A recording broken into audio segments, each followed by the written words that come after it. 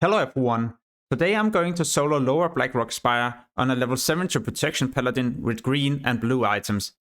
I even have no enchants and gems, and this is to make it easier for you to estimate the amount of raw gold you can expect to make with this farm if you just reach level 70 on your paladin. I'm also gonna start with 0 gold, and in the end I'll render everything so we can see the raw gold we make, so I'm not going to spend any time going to the auction house. Before you attempt to solo any dungeon, then there's one mechanic you need to know about. Blizzard has implemented a new thing, so after 1 minute, the monsters that you have pulled will gain a stun ability. This can be quite deadly, especially if you pull a lot of monsters at the same time, also because when you're stunned, you have no defense, so you're going to take a lot of damage because you cannot block, dodge, or even parry. For that specific reason, I'm also not pulling way too many enemies. But if you have some decent gear, you can probably do twice as big pulls. Also because you will deal way more damage, so you will most likely be able to kill the enemies before the 1 minute marker. So as a protection paladin, when I do this farm, I always use my consecration and of course my retribution aura to do as much AoE damage as possible. On top of this, I always use my seal of light together with my judgment of light. This will provide me a lot of healing during the fight. One thing I find quite handy is my taunt ability, because this has 30 yards range, so you can easily pull enemies without having to spend a lot of time body pulling. You can also use this when the enemies start to flee, because when they flee, they also take damage from the taunt. What I do in this clip is to hide behind the walls. This will force the enemy casters to run to me because I line of sight their cast, so they're not able to cast and now they have to get close to me, allowing me to do a lot of AoE damage to all the different targets at the same time. But yeah, that's pretty much what you have to do in order to successfully farm this dungeon. I will add some music, and there will also be some tips and tricks, and these you can even find in the timeline. On top of this, you can also skip to the end of the video to see the amount of raw gold I've made.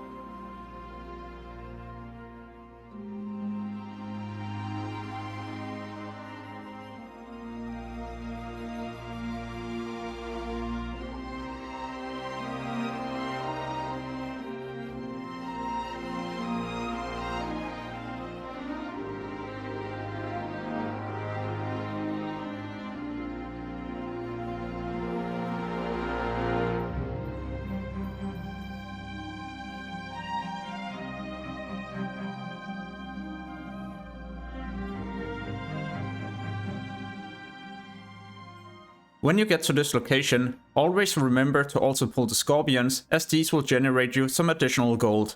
And because you pulled the ogress so far, then I highly recommend you to pop your wings and try to do as much damage as possible, because these ogres you have soon been in combat with for 1 minute, and then they will start to stun you.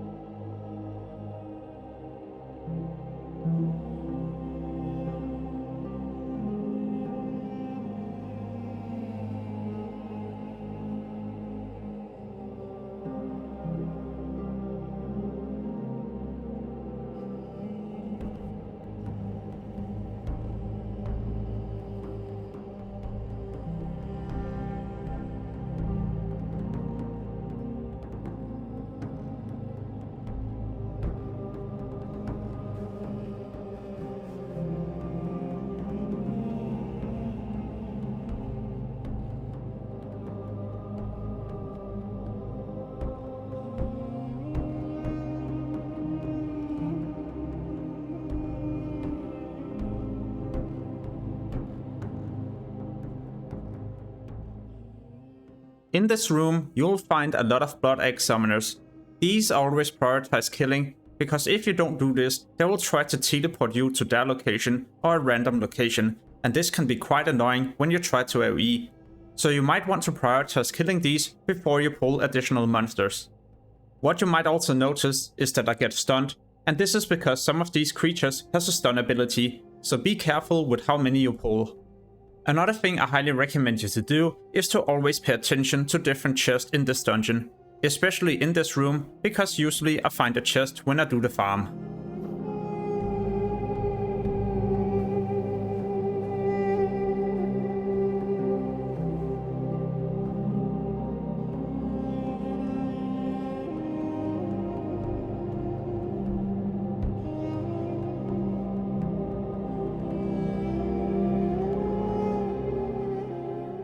Now you're also ready for the final pull.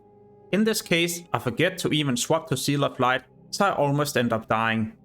Before you pull the final boss, then I highly recommend you to get the other enemies to around 50% health, so you can easily kill them during the fight. You can also jump down here and try to cast a heal, but you gotta be quick, else you'll be interrupted. Another reason for why I jump down here is because the final boss will once in a while throw you up into the air, but when you're down here, there will be an object preventing you from flying into the air. As you can see in this clip, then I also forgot to use Seal of Light, and that's the reason for why I'm close to dying a couple of times. Nonetheless, then I managed to survive, and the run took me less than 22 minutes, so now I can also reset the dungeon and go again. So it's almost 3 runs I can do every single hour. Now comes the fun part. So how much gold did I end up making by running this dungeon? Before I show you the result, then remember this is a green and blue geared Paladin with no enchants and no gems, so you can make even more raw gold every single hour with good gear.